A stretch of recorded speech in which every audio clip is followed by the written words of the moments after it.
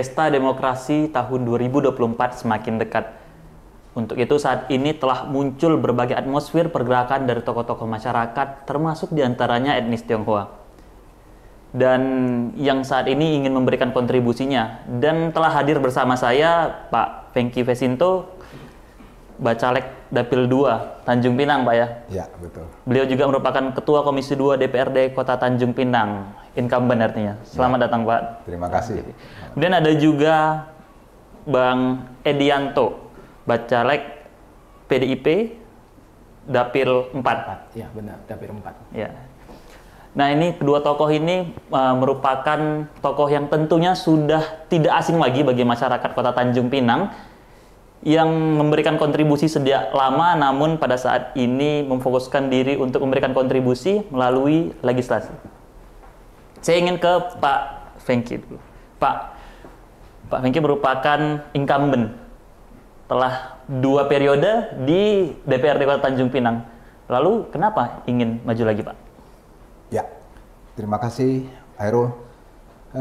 Betul, saya sudah 2 periode incumbent. Ya, jadi kalau ikut di 2024 ini sudah masuk ke periode ketiga. Iya. Nah, kalau kita bicara politisi Tionghoa di Tanjung Pinang, ya sebenarnya awal-awalnya tidak begitu banyak. Ya, maka karena kita yang sudah 2 periode ini, ya, dan masih ditugaskan partai, dipercaya partai untuk maju, ya, di dapilnya masing-masing. Ya, hanya kali ini saya agak berbeda nih. Saya pindah dapil ini.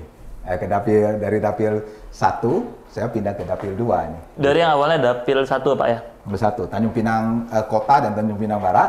Saya sekarang pindah ke Tanjung Pinang Timur, Air Raja dan Pinang Kencana. Ya. Kenapa pindah, Pak? Jadi ini ada sedikit cerita. Bahwasannya karena kita sudah 2 periode di Tanjung Pinang 1 tadinya, Barat Kota. Saya punya keinginan, oke, saya naik kelas lah gitu. Target utama saya tadi, Hairul, saya mau ke DPRI ini tadinya. Tapi ternyata di DPRI kan pusat ini kan nasional kan, ya ternyata kita tidak dapat nomor lah istilah pencalekan sekarang ini kan. Nah, akhirnya kita tetap ditugasin kembali ke kota. Nah, hanya saya memohon ke partai, sudah saya kalau ditugaskan ke kota, saya dikasih dapil baru. Nah, itu. Pemilihan dapil 2 ini keinginan Pak Fengki atau amanah partai? Keinginan saya sendiri. Kenapa, Pak? Karena setelah saya 2 periode di Barat Kota, ya, saya terpikir, saya harus bisa nih masuk ke satu dapil yang saya benar-benar bisa mengaktualisasikan diri saya. Contohnya? Contohnya, karena kalau di dapil Kota Barat, kan konstituen saya, sesuai dengan tema dan judul hari ini mungkin 95% orang Tionghoa milih saya. Nah, tapi setelah saya 2 kali menjabat di legislasi, saya kan ingin, ya, tidak hanya orang Tionghoa yang milih saya. Jadi ada orang-orang non-Tionghoa juga, ya, di luar Tionghoa yang bisa memilih saya. Maka saya memilih dapil Air Raja dan dapil Pinang Kencana yang memang notabene sangat sedikit sekali etnis Tionghoa. itu kan jadi menarik kan. Tapi di sisi lain, kalau melihat dari sebelum-sebelumnya, kalau tadi Bapak bilang etnis Tionghoa sebagian besar terutama pasti pilihnya Pak Fengki, ya kan? Sekarang pindah ke dapil 2. Ada tidak kekhawatiran tersendiri, Pak? Di mana? Di dapil 2. Bagi saya pasti ada kekhawatiran, ya, satu. Tapi saya menganggap kekhawatiran saya ini sebuah tantangan. Ya, dan apabila saya bisa terpilih di dapil Tanjung Pinang 2, wah, inilah sebuah aktualisasi diri saya katakan. Sudah saya bisa mendapatkan satu kebanggaan tersendiri. Gitu loh. Artinya ini pembuktian. Kenapa perlu pembuktian, bro? Karena sudah 2 periode. Ya, itu. Nggak mau ke provinsi? Ya, sesuai dengan strategi, memang pengen ke provinsi. Tapi kan dari strategi sumber daya manusia yang ada, mungkin posisi saya mungkin masih berat di provinsi kan. Iya. Itu. Ya. Saya ke Bang Edi. Ya. Bang Edi bisa dibilang pendatang di kontestasi pemilihan legislatif. Kenapa memilih terjun ke dunia politik, Bang? Ya, seperti kita ketahui, saya saat ini masih menjabat Ketua Ikatan Tionghoa Muda Dewan Pengurus Provinsi Kepulauan Riau, dan di organisasi itu udah 13 tahun kurang lebih saya mengabdi di organisasi itu. Dan tadi meminjam kata-kata Pak Franky tadi, ini kesempatan naik kelas. Jadi lewat kontestasi ini kita berharap mudah-mudahan saya dipercaya oleh masyarakat dan saya bisa duduk. Jadi yang tadinya saya bergerak untuk masyarakat lewat organisasi, ini kalau masuk berarti saya masuk sebagai anggota DPRD untuk bergerak untuk masyarakat, dan pasti lebih banyak masyarakat yang bisa merasakan aksi atau perbuatan kita untuk mereka. Bang, sejauh ini kan stigma yang sering berbunculan adalah para etnis Tionghoa lebih tertarik pada dunia bisnis. Kenapa Abang nggak berbisnis saja, Bang? Bisnis, ada kata-kata seperti orang Tionghoa pasti punya toko. Iya. Orang Tionghoa pasti punya toko, pasti punya bisnis. Saya juga punya bisnis saya sendiri. Tapi di samping bisnis kita berpikir bahwa bagaimana kita untuk berbuat untuk Kota Tanjung Pinang yang tempat kita lahir dan kita besar ini. Dan saya berpikir bahwa ini kesempatan untuk saya masuk ke dalam sistem.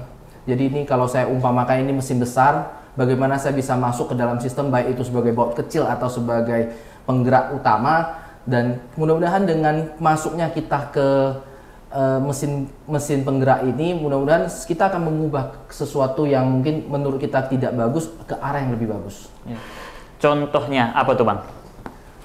Kita melihat bahwasanya kayak kepedulian seperti saat ini yang paling sering terjadi adalah data keluarga miskin yang masih kurang, yang masih istilahnya yang masih benar-benar perlu menjadi sentuhan. Kalau saya masuk ke dalam, kondisi saya adalah aktivis sosial, saya 13 tahun di lapangan, dan saya jelas lebih ngerti dan lebih tahu bahwa permasalahan seperti itu yang harus kita suarakan di legislasi. Iya. Bang Edi akan bertarung di Dapil 4 Tanjung Pinang. Pemilihan Dapil ini apakah memang keinginan Bang Edi sendiri atau amanah partai, Bang? Saya yang menentukan di Dapil 4 Bukit Lestari, karena tempat tinggal saya juga di Bukit Lestari, dan saya melihat kalau di Dapil Kota Barat udah ada senior-senior kita di situ, dan tadinya ada Pak Franky di situ. Jadi saya mengambil Dapil keempat yang memang notabene saya tinggal di situ, dan saya coba mengabdi di situ untuk masyarakat yang lebih banyak. Ya. Bang, kalau tadi Pak Franky juga sempat menyinggung bahwa Dapil yang memiliki mayoritas etnis ya, Pak ya, Bang. Dapil 4 kan juga tidak begitu banyak, Bang. Ya, makanya kita melihat bahwa ini kesempatan naik kelas. Kalau dulunya saya di organisasi melayani sekelompok masyarakat, ini kesempatan saya melayani masyarakat tanpa melihat etnis, agama, dan warna kulit gitu. Jadi ini kesempatan, makanya saya bilang ini naik kelas. Jadi saya juga walaupun etnis Tionghoa sebagai modal utama pencalonan saya, tapi saya pikir saya perlu juga dong suara-suara lain yang bisa masuk ke saya dan memilih saya. Ya, baik. Kalau biasa rata-rata pemilihan itu kan melihat, wah saya kandangnya di sini nih, wah saya banyaknya di sini nih. Maka hari ini Abang berusaha menjawab itu dengan tantangan yang berbeda, dengan dapil yang berbeda juga, Bang ya. Oke, baik. Pak Franky, sudah 2 periode, artinya hari ini ya sedikit banyaknya tentu memiliki peta dari iklim politik di etnis Tionghoa. Bagaimana pandangan Bapak selama ini? Ya, kalau kita lihat peta politik Tionghoa Kota Tanjung Pinang, kalau kita bicara penyebaran suara, yang memang terbesar di Dapil 1. Ya. Terus baru masuk ke Dapil 4 tempatnya Bung Edi ya, Bestari. Nah, habis itu baru masuk ke Dapil 3 Tanjung Pinang Timur yang jumlah kursinya 8 ya. Nah, baru yang Tanjung Pinang 2 tempat saya itulah yang paling sedikit etnis Tionghoanya. Kalau kita lihat petanya begitu. Tetapi peta itu juga diimbangin dengan jumlah caleg yang berbeda. Hari ini kalau saya hitung kalau nggak salah, Hairo, Di dapil 1 Tanjung Pinang Kota Barat itu lebih kurang 14-an loh, 14 orang caleg Tionghoa loh. Jadi dia punya pangsa besar tapi kompetisinya juga luar biasa besar.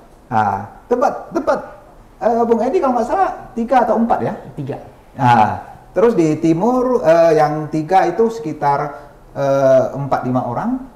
Nah, tempat saya aja ada 3 orang yang itu. Lalu iklimnya selama ini seperti apa? Apa memang kerap kali terputus satu suara atau seperti apa? Kalau kita bicara hari ini, masing-masing kan punya basis sendiri-sendiri. Nah, tetapi saya percaya, ya orang-orang yang telah melakukan upaya-upaya sosial, ya seperti Bang Edianto ini, ya yang kita tahu ya, beliau selain ketua dari Ikatan Tionghoa Muda, ya. Terus beliau juga adalah pekerja sosial ya.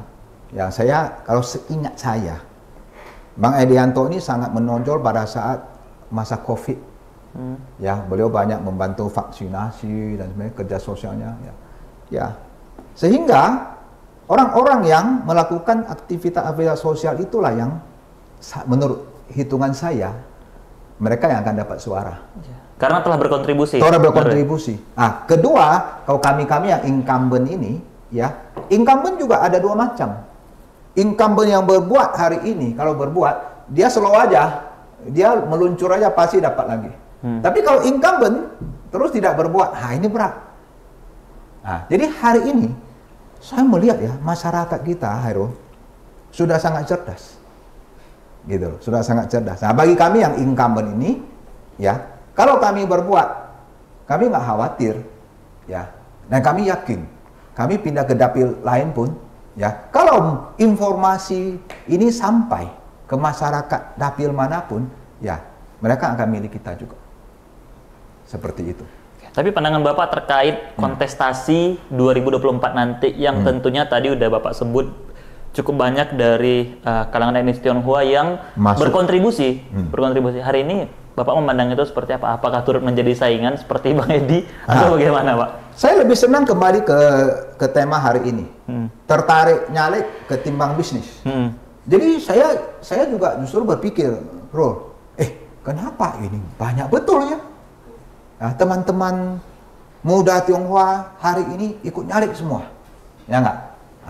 Saya jadi bertanya, apakah ya karena benar-benar ingin mengabdi untuk kemajuan kota Tanjung Pinang, ya, atau ya memang dunia bisnis sudah tidak tertarik lagi bagi teman-teman muda Tionghoa ini, ya, bahwa bisnis sekarang sudah susah, ya, daripada bisnis sekarang begitu susah, ya, kita nyalek aja gitu loh.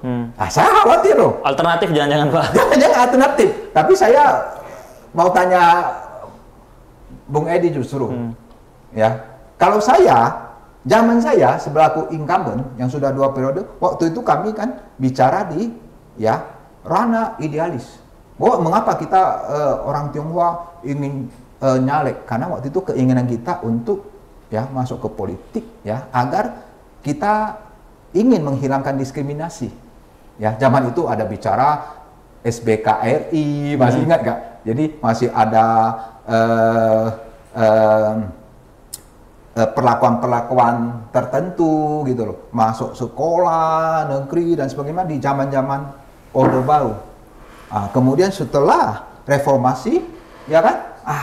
Ini kita adalah kelompok orang yang masuk pada saat itu adalah orang-orang yang masuk ke politik ingin mengatakan, kita ikut berkontribusi, ya, kita mau hilangkan dan diskriminasi dan sebagainya. Nah, hari ini, ya, negara kita ini luar biasa, tidak ada lagi satupun, ya, peraturan satupun perlakuan, ya, diskriminatif, tak ada lagi sama sekali. Sehingga sebenarnya bagi kami, maka tadi saya bilang, bagi kami yang incumbent ini banyak teman-teman incumbent Tionghoa ya hari ini, ya, baik dari provinsi sampai ke kota ini, ya, kita dengar kalau di provinsi ada Pak Rudi Chua, Pak Bobi Jayanto, ya nak. Nah, kalau di Kota Tanjung Pinang hari ini incumbent-nya ada Bu Reni, ya, satu partai dengan Pak Edianto Asmang, ya, ada Pak Agus Chandra sama saya. Nah, bagi kita yang sudah 2 periode, 3 periode ini sebenarnya kami sudah bicara aktualisasi diri, bukan bicara lagi hal-hal yang awal tadi gitu. Nah, kami sudah bicara bahwa kami bekerja untuk rakyat Tanjung Pinang. Ya, apakah ya karya-karya kami bisa diterima? Gitu loh. Nah, masuk ke generasi 2024 hari ini, yang saya katakan banyak sekali teman-teman Tionghoa yang ingin caleg. Nah, dengan judul hari ini, ya saya minta Edianto yang jawab nih, Bung Edianto, jadi apakah bisnis sudah tidak tertarik lagi? Atau mungkin juga, akhirnya kita sering dengar orang mengatakan, waduh di Tanjung Pinang ini bisnis susah, ekonomi susah, cari hidup susah, cari makan susah. Nah, apakah sudah seperti itu kondisi Tanjung Pinang?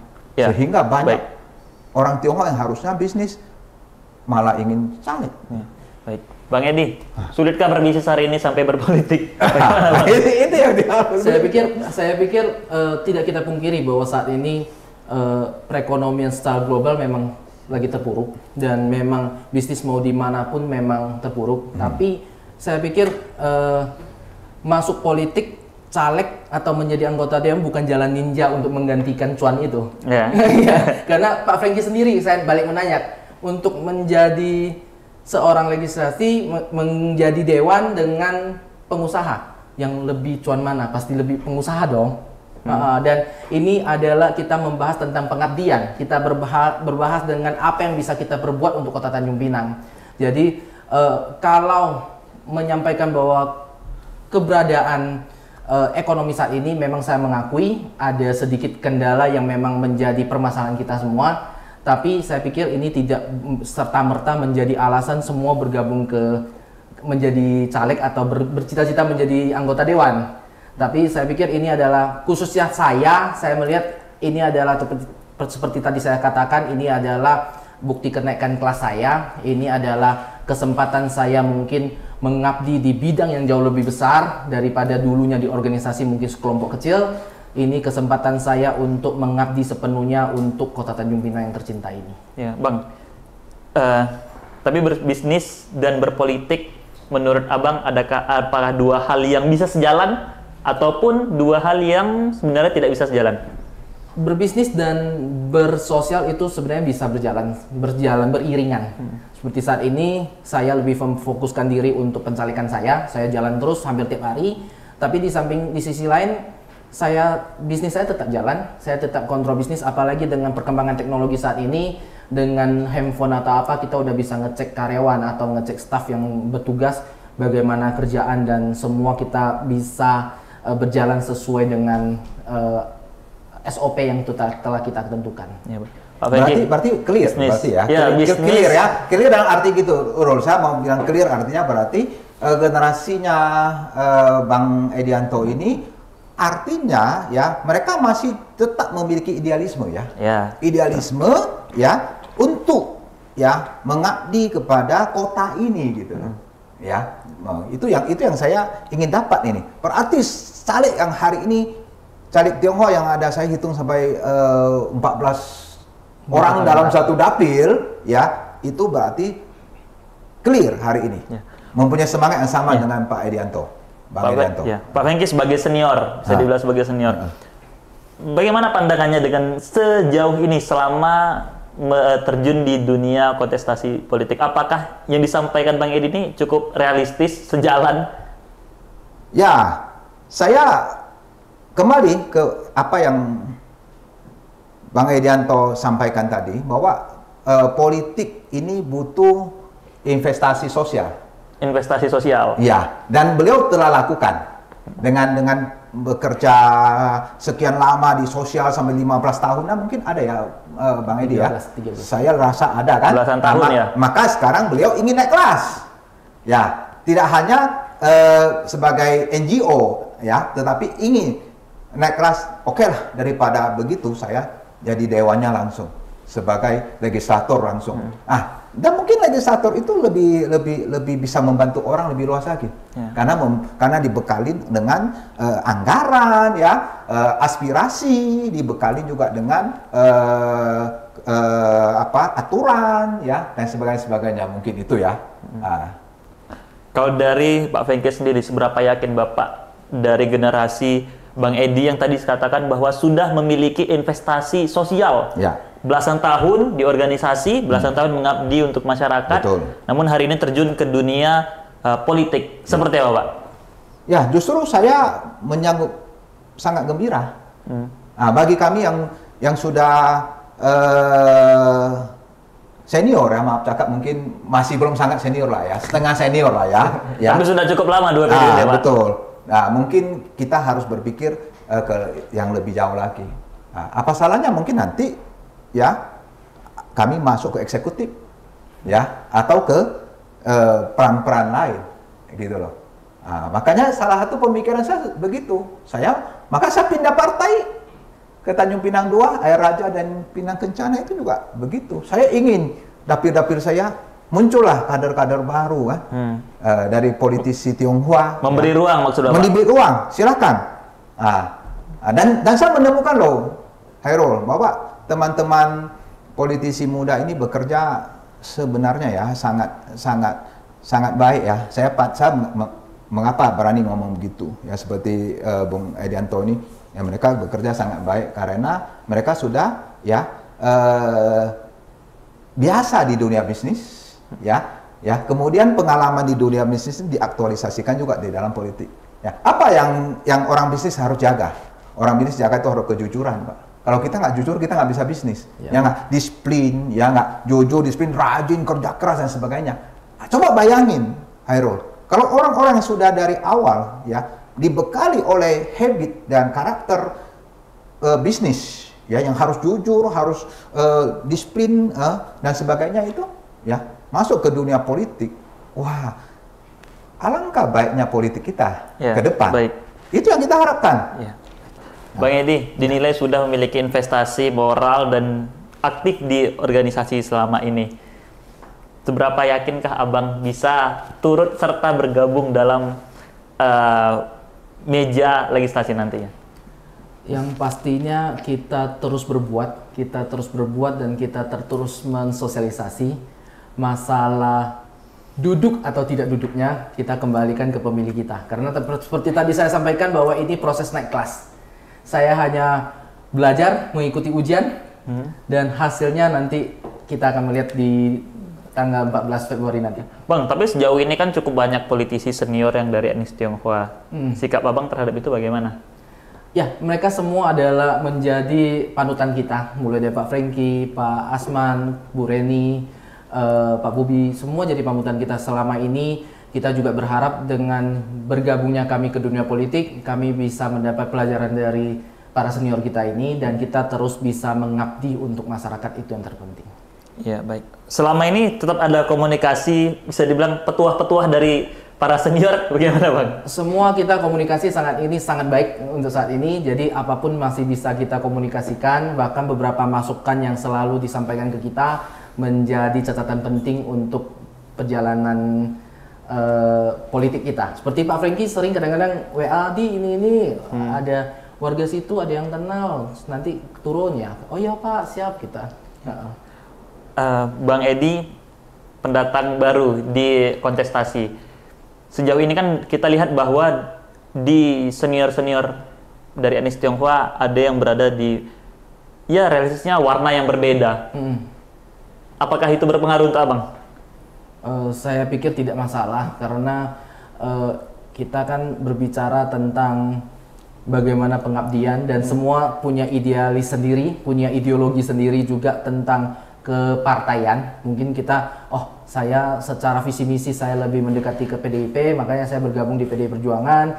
Mungkin Pak Franky-nya di Nasdem, dan semua kan punya pendapat masing-masing untuk kepartaian ini. Ya. Baik, Pak Franky. Hari ini cukup banyak juga junior-junior yang muncul di permukaan dengan berbagai warna. Gimana sikap Bapak sebagai senior nih, Pak? Ya, saya berpikir justru bagus. Dengan berbagai macam warna. Itulah akhirnya teman-teman caleg Tionghoa muda ini belajar berpolitik, berdemokrasi. Nah, itu yang sangat baik. Nah, dengan pengalaman-pengalaman yang banyak berkecimpung di dunia bisnis ini, ya akhirnya ada satu nilai yang bisa dibawa ke politik, yaitu trust, kepercayaan, ya nggak?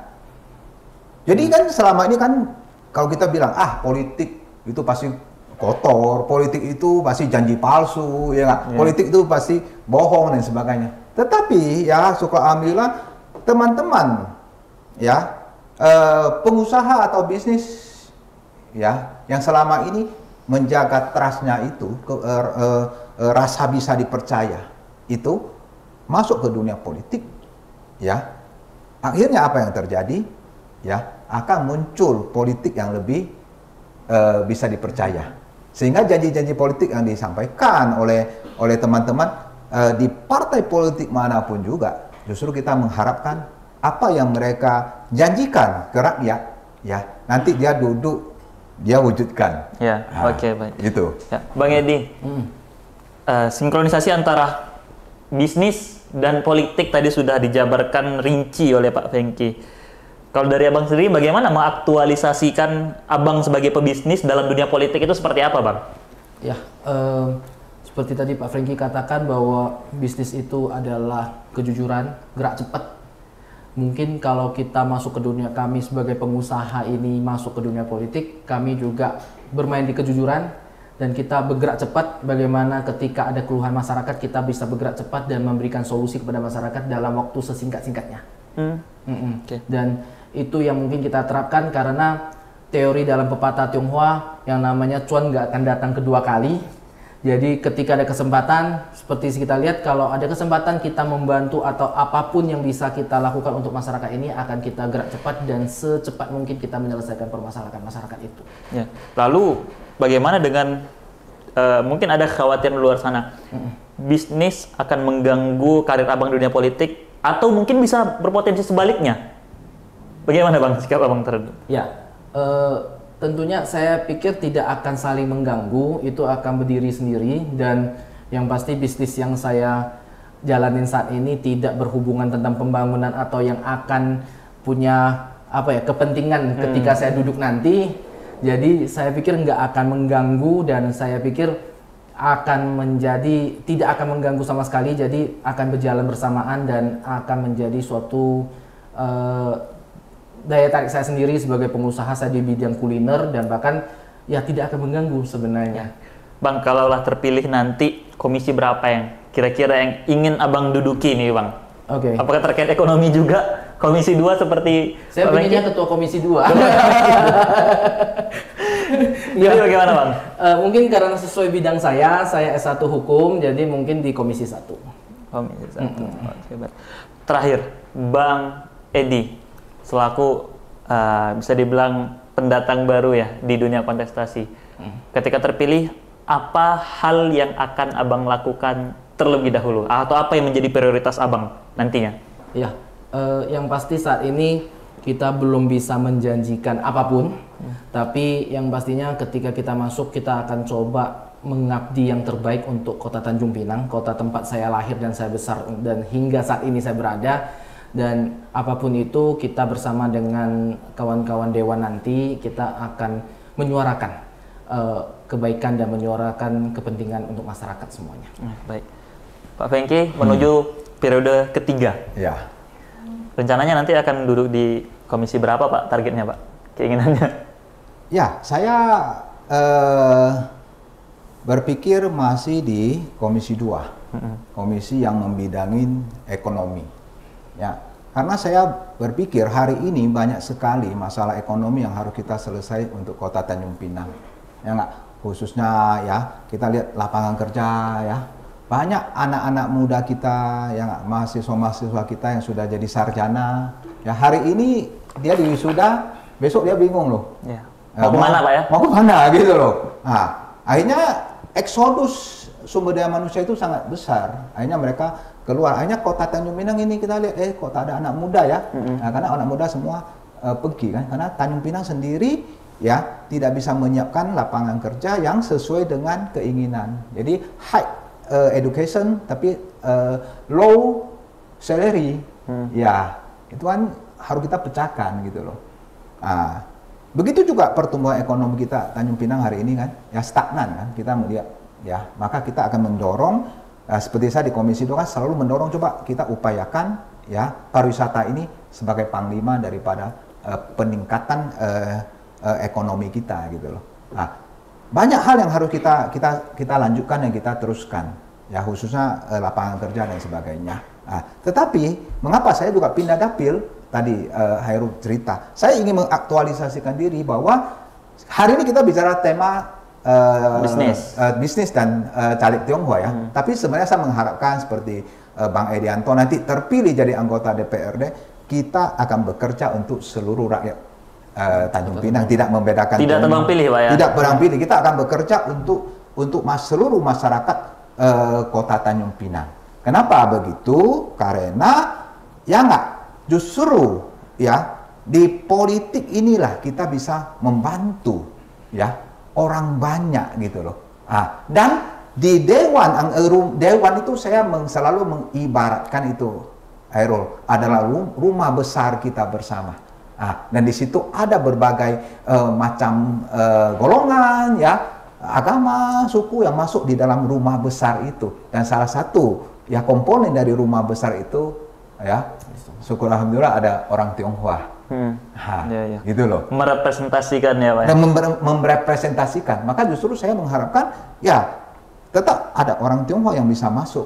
Karena untuk rumah besar ini bergaul ini butuh ada satu komponen dari Tionghoa. Tetapi pada saat kita bekerja ya adalah untuk seluruh rakyat tanpa membeda-bedakan.